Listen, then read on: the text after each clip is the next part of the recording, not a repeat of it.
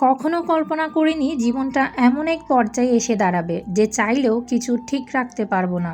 কখনো ভাবিনি চোখের পানি লুকিয়ে সবার সামনে সুখে থাকার অভিনয় করতে হবে। ফ্যামিলি প্রবলেম, একাকিত্ব, বিশ্বাসহীনতা, অসহায়ত্ব সব মিলে মানসিক রোগীর মতো বাঁচতে হবে।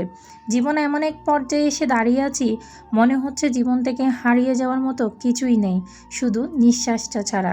কোনো পূর্ণতা একদমই নেই, আছে কেবল শূন্যতা।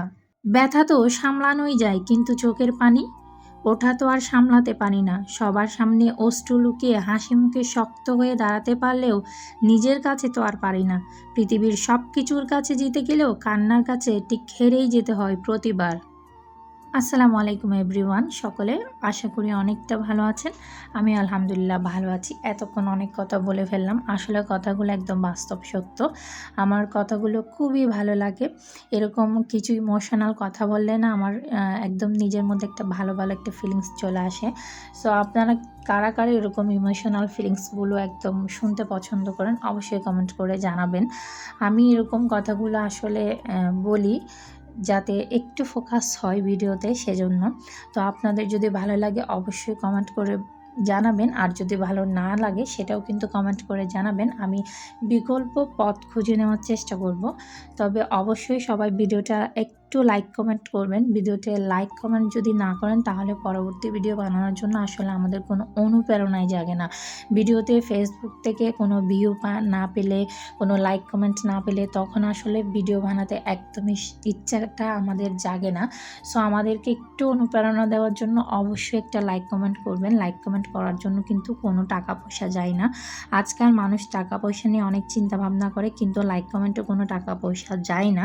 আপনারা দয়া করে একটু লাইক কমেন্ট করার চেষ্টা করবেন, তাহলে আমাদেরও একটু ভালো লাগে, আমাদেরও একটু ভিডিওটা বানাতে একটু অনুপ্রেরণা জাগে আর কি।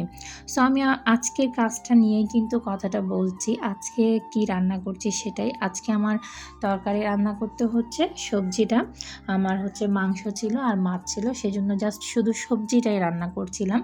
সবজিটার জন্য আমি প্রথমেই সবজি সব কিছু কাটাকুটি করে নিয়ে সেগুলো পরিষ্কার করে দেন তারপর আমি হচ্ছে চুলায় বসাতে আসি। আসলে সব কিছু পরিষ্কার পরিচ্ছন্ন করে রেখে তারপরেই আমার কাজ করতে, রান্নাটা বসাতে ভালো লাগে।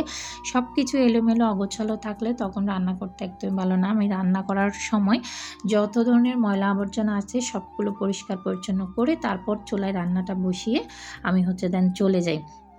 সো এবারও আমার কোনো অন্যতা কিছু হয়নি। আমি সুন্দর করে তরকারিগুলো কেটে সেটার জন্য মশলাপাতি নিয়ে তরকারির ময়লা আবর্জনা সব কিছু পরিষ্কার করলাম। তারপর হচ্ছে আধোয়া জিনিস সব কিছু ধুয়ে পরিষ্কার করে দেন তারপর আমি চুলায় তরকারিটা বসানোর জন্য চলে আসলাম। আমি একদম সিম্পলভাবে রান্না করি। তরকারির মশলাটা আমি যেটা মেখে রেখেছিলাম সেটাই তেলের মধ্যে দিয়ে মশলাটা ভালো মতো কষিয়ে তারপর আমি হচ্ছে দেন তরকারিটা ঢেলে দিয়ে এবং পরিমাণ মতো পানি দিয়ে কিছুক্ষণ 1 ঘন্টা পর দেখুন আমার তরকারিটা একদম টকবক হয়ে ফুটছে। সো সবাই ভালো থাকবেন, সুস্থ থাকবেন। আসসালামু আলাইকুম।